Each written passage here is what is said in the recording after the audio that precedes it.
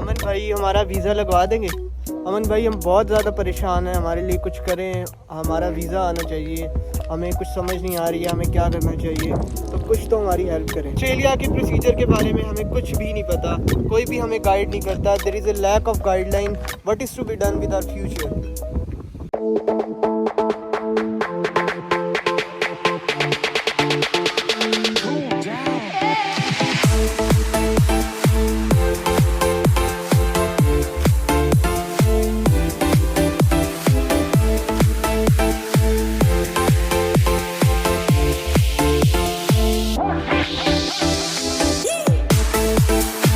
So, a very good evening in Hellcat channel.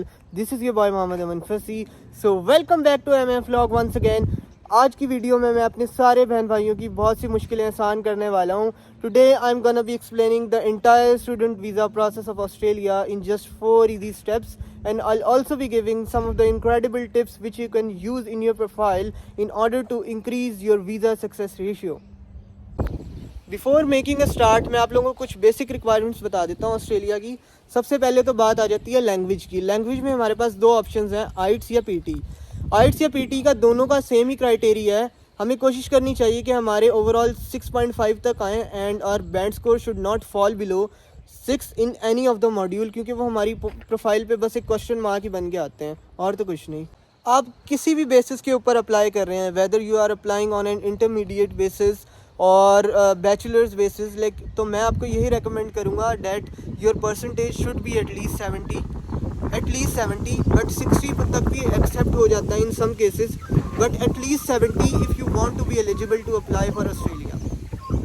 So after fulfilling these basic requirements हम पहुँचते हैं अपनी 4 processes पे which can lead us towards a successful student visa of Australia. So पहला हमारा step है conditional offer letter. Conditional offer letter लेने के लिए हमें यूनिवर्सिटी को अपनी पूरी प्रोफाइल भेजनी होती है. यूनिवर्सिटी उसको असेस करके डिसाइड करती है whether to grant us a conditional offer letter or not. Conditional offer letter ये होता है कि उस पर कोई कंडीशन लगी होती है, यूनिवर्सिटी हमसे कुछ भी मांग लेती है, this and that depending upon its criteria. उसके अंदर हमारे फाइनेंशियल्स हो सकते हैं, वट एवर यूनिवर्सिटी लाइक्स, और उसके लेवल्स की बेसिस पे वो होता है.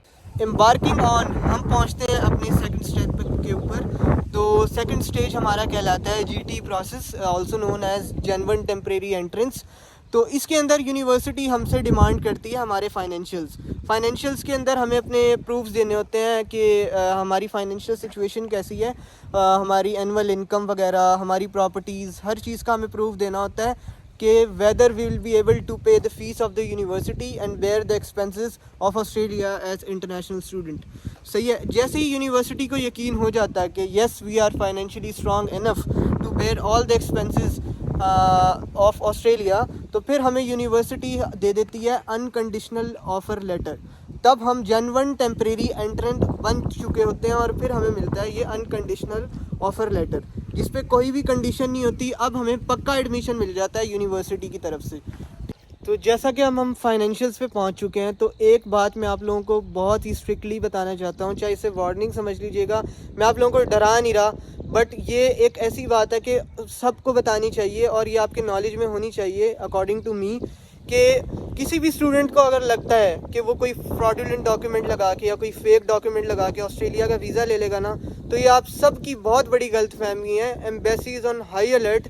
अब उन्होंने स्पेशल ऑफिशियल्स हायर किए हुए हैं जो ऐसी कोई फ्रॉडुलेंट डॉक्यूमेंट को 1 सेकंड में ट्रैप कर लेते हैं और 1 सेकंड के अंदर ना आप पूरे का पूरा अपना फ्यूचर दाव पे लगा सकते हो. कोई भी एजेंट अगर आपको कहे ना कि फ़लाना डॉक्यूमेंट नहीं है, वो तो बन जाएगा, वो जो बन जाएगा, जो भी कह रहा है ना, फ़ौरन उसके पास से उठ के ना अपना कोई और बंदोबस्त कर लें भाई. अभी वो दौर ही नहीं रहा कि आपको ऐसे एम्बेसी वीज़ा दे देगी. आप लोगों के सामने सितंबर और अक्टूबर में ये फ़ाइल लगाई, अगले 5 मिनट में रिफ्यूज़ल.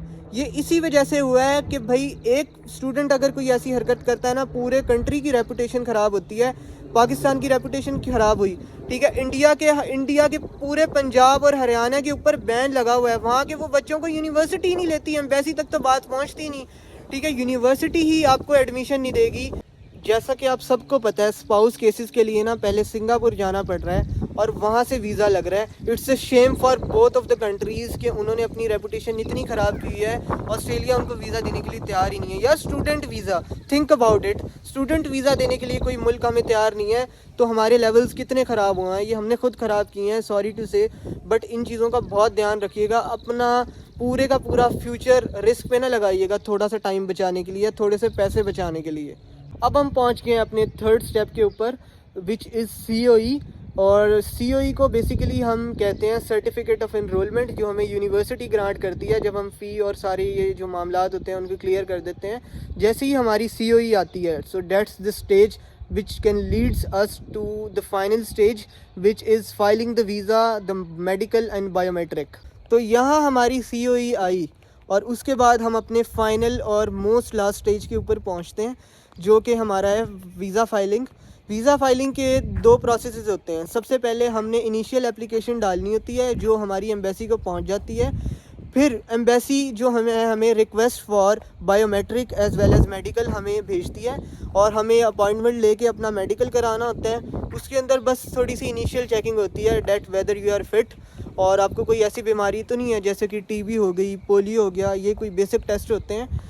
और उसके बाद हमारा बायोमेट्रिक होती है जो कि आप सबको पता ही होगा, फिंगर प्रिंटिंग होती है और वो हमारी ऑनलाइन सब चला जाता है एम्बेसी के पास। देन दैट्स द स्टेज कि हमें बहुत सारी दुआएं करनी होती है, बहुत सारी प्रेयर्स हमें ऑफ़र करनी चाहिए उस टाइम पे, क्योंकि वो पूरा हमारा फ्यूचर जो है ना डिसाइड कर रहा होता है वो टाइम। और फिर जो है डिसीजन आता है एम्बेसी की तरफ से, वेदर येस और no, in the form of refusal as well as acceptance. So ये सब आपकी लक के ऊपर है, ठीक है। अपनी प्रोफाइल के ऊपर मेहनत करनी चाहिए हमें सबको कि which can leads us towards 100% visa of Australia without any refusal. क्योंकि ऑस्ट्रेलिया ऐसा कंट्री है जहां हमें एक ही दफ़ा वीज़ा निकालना होता है और यहाँ पे ऐसे नहीं होता कि कनाडा की तरह की रिफ्यूज़ल हो गया देन री अप्लाई। ऑस्ट्रेलिया का रिफ्यूज़ल यानी you can not enter in Australia again on student visa. तो ये था ऑस्ट्रेलिया का पूरा स्टूडेंट वीज़ा प्रोसेस और I hope I was clear enough for all of you. और कोई भी क्वेरीज आपको, कोई भी क्वेश्चंस हों, so the comment box is open for you guys, you can text me and I will respond to them. और more over मैं आप लोगों को अब लेके चलता हूँ मोस्ट सिग्निफिकेंट स्टेज के ऊपर, जहाँ पे मैं आप लोगों को बहुत ज़्यादा टिप्स दूंगा कि how you can increase your visa success ratio और how to get 100% student visa of Australia. मैंने कहा कुछ बातें बैठ के भी बता देते हैं। तो हाँ, अब हम पहुँचते हैं टिप्स के ऊपर। तो टिप्स के अंदर मैं आपको सबसे पहले यही बताऊंगा कि भाई आइट्स के ऊपर बहुत ज़्यादा मेहनत करो, कोशिश करो 7 तक बैंड स्कोर ले लो ताकि उन्हें लगे कि भाई he is a genuine student, ठीक है, who's English is really fluent. और ये आपका अच्छा इंप्रेशन जाता है और आपका बूस्ट लग जाता है सक्सेस के ऊपर। और मोर ओवर स्टडी गैप, भाई स्टडी गैप ना अपना आने दो, ठीक है। 2 साल फालतू में घर ना बैठो, ठीक है। और उसके बाद आप लोगों को होश आता है कि भाई अब हमने ऑस्ट्रेलिया अप्लाई करना है। डोंट माइंड, बट ये रियलिटी है, सही है। बहुत से स्टूडेंट्स ऐसे हैं जो 2-3 साल घर बैठ के कहते हैं अब हमने अब्रॉड जाना है। भाई ये ऑस्ट्रेलिया है, फिर या तो अपना कंट्री चेंज कर लो, फिर UK चले जाओ अगर स्टडी गैप आने देना है। स्टडी गैप नहीं आपने अपने आने देना। 1 साल से ज़्यादा स्टडी गैप यहाँ पे एक्सेप्टेबल नहीं है। 1 साल भी अगर आप हम कर रहे हैं तो उसमें भी हमें कवर करना चाहिए एक जस्टिफाइड रीज़न के साथ। Last but not the least, हमारी SOP, ठीक है। अपनी SOP को खुद लिखो, ठीक है। अपनी SOP को बहुत ज़्यादा कॉम्प्लेक्स ना बनाओ। SOP इतनी ज़्यादा हैवी ना लिखो कि उन्हें लगे कि भाई ये तो किसी कंटेंट राइटर ने लिखी है, किसी एजेंट ने लिखी है, किसी कंसल्टेंट ने लिखी है। प्रोफाइल को अपनी खुद लिखो ताकि उन्हें यकीन हो कि हाँ इज़ अ जेन्युइन स्टूडेंट, इसने अपनी प्रोफाइल के ऊपर खुद मेहनत की हुई है।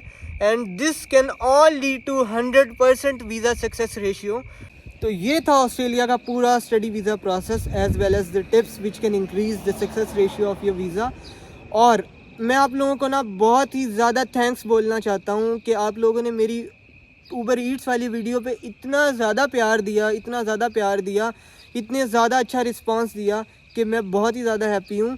और मुझे बहुत खुशी हुई कि मेरी एफ़र्ट्स को आपने रिकग्नाइज़ करते और उसको उस हिसाब से रिस्पॉन्ड किया।